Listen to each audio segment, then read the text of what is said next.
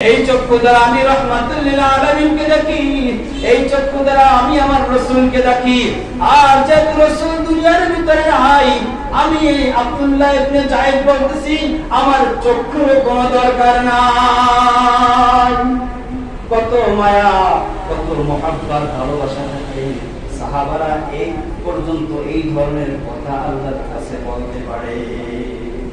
আর সেই রাসূলকে নিয়ে তুমি কটূক্তি করবা, সেই রাসূলের শানে তুমি গুস্তাখি করবা, মাআযাল্লাহ।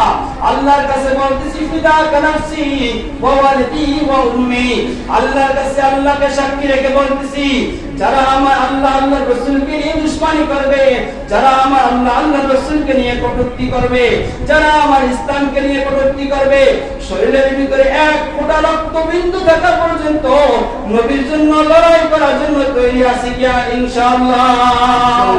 সবাই